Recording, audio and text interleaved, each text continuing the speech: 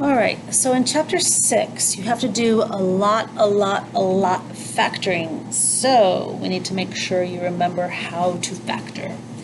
So I am going to do the problems, or as on the left side as examples. You will do the problems on the right side as your work to do. Okay, here we go. So this guy right here, nothing's in front of x squared. It has 3 parts. So I'm going to make a little puzzle here, put negative 18, put 7 on the bottom. I am trying to multiply to negative 18 and add up to 7. So I think I will use 9 minus 2. All right, and there's nothing to divide later, so I'm ready to say my answer is x plus 9 and x minus 2.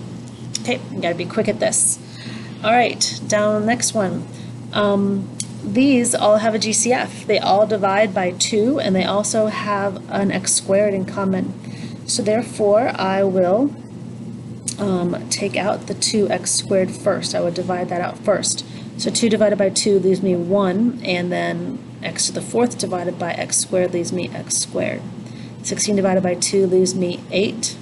X to the 3rd divided by x squared leaves me x. Now you may do this, or you may put 2x squared here, and 2x squared here, and 2x squared here. So mentally, or you can write it out. And then in the last part, I get 12, and that's it. Okay, so from here, now I have to factor this piece. So I cannot get to the next answer unless I write the answer in between. So don't go thinking that you can just skip from here to here. All right, so I got 12 and then negative 8. So I think we'll use 6 and 2. Negative 6, in fact, and negative 2. They add up to negative 8. They multiply to 12. So x minus 6 and x minus 2. Okay.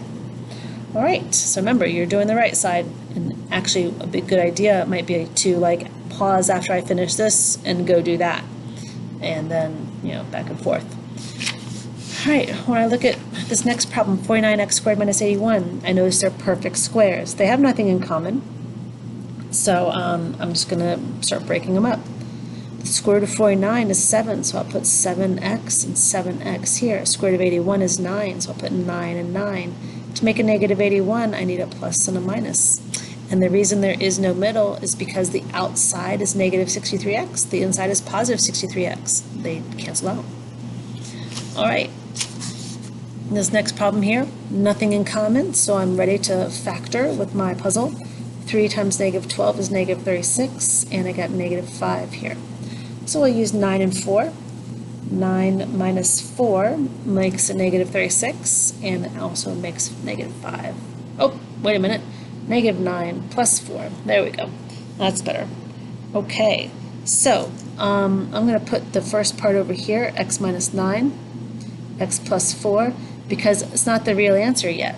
I had to divide these by the 3 that I multiplied, so divide by 3. So that means that this is x minus 3. And it is 3x plus 4. That's my real answer.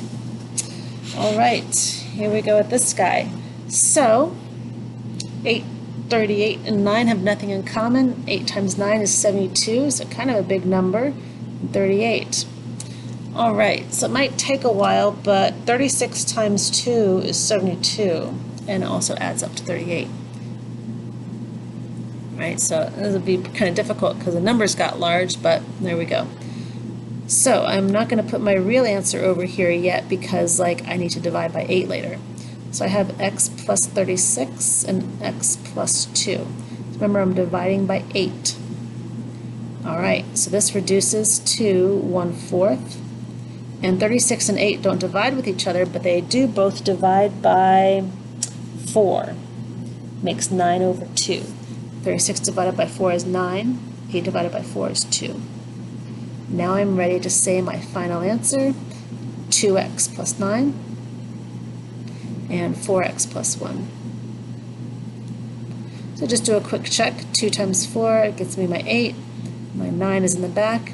This is 2x and 36x. That's how I'm getting 38. All right, and we're not going to see this next one too often in chapter 6, but maybe every once in a while. So remember, these are perfect cubes. You have to think to yourself, what cubed makes 8x to the 3rd? Well, 2 times 2 times 2 is 8. X times x times x is x to the 3rd. So this is being cubed. And here, 5 times 5 times 5 is 125. All right, so those two bases right there go in your binomial. You got 2x and a 5. Then you have a trinomial. So remember, you do square, multiply, square. So you square 2x and get 4x squared. Multiply these together, get 10x. Now notice I have not put a pluses or minus any signs in here. Then I square the 5, 25. And then I come through and I do SOAP.